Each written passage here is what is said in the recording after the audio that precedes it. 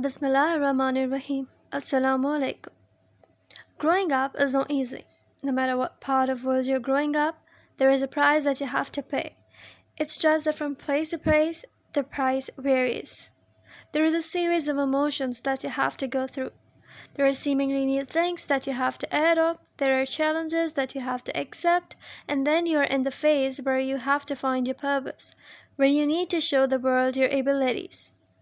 But there is a staircase of reasons why we will not succeed, why people still have unaccomplished dreams, the reason we are stuck somewhere in a position we never wanted to be, and according to my viewpoint, it all goes back to the time of growing up. That's the weak point. As many people, they fail the challenges that were put up in front of them while growing up.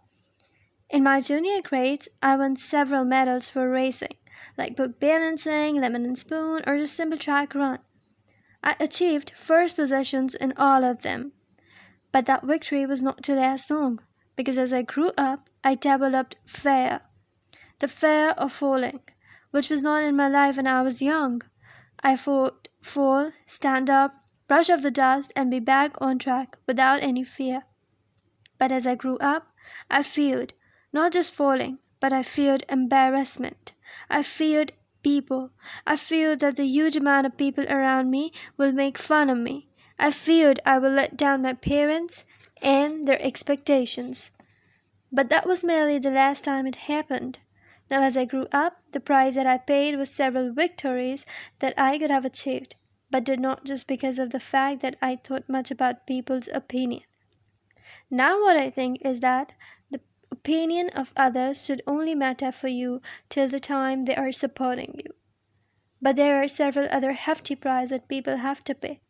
Some go through physical violence and some face emotional trauma, bullying, racism, religious discrimination, and much more. There are several kids around the world that have to encounter the worst challenges growing up, and my heart drowns when I look up to the children of Yemen, Syria, Palestine, Africa, or any other developing country. I'm left with no words. They have to pay the most heavy of the prices. For growing up, it's their life. They face the worst consequences. They lose their loved ones every single day.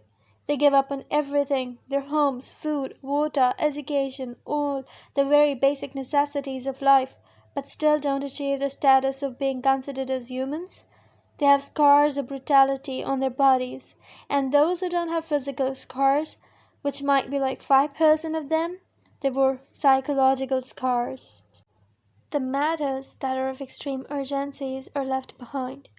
The time I appreciate some people's effort on focusing on the power of youth, we still have around 265 million working children in the world, which almost is 17% of the world's population.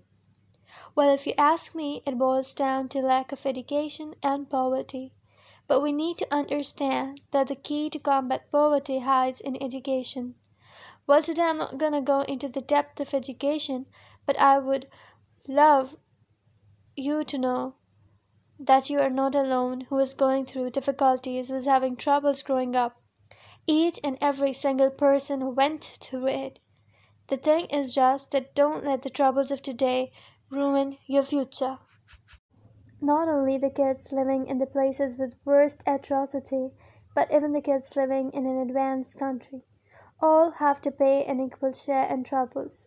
It's just some are charged high in tax for no reason, and there is no legitimate excuse for it.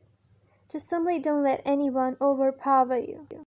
Don't give up on your dreams that easily. Verse number 49, chapter 11, Surah Hud states, "Be patient, indeed the best outcome is for the righteous." Another verse from Quran states, that is chapter 94, verse number 5, "For indeed with hardship will be ease."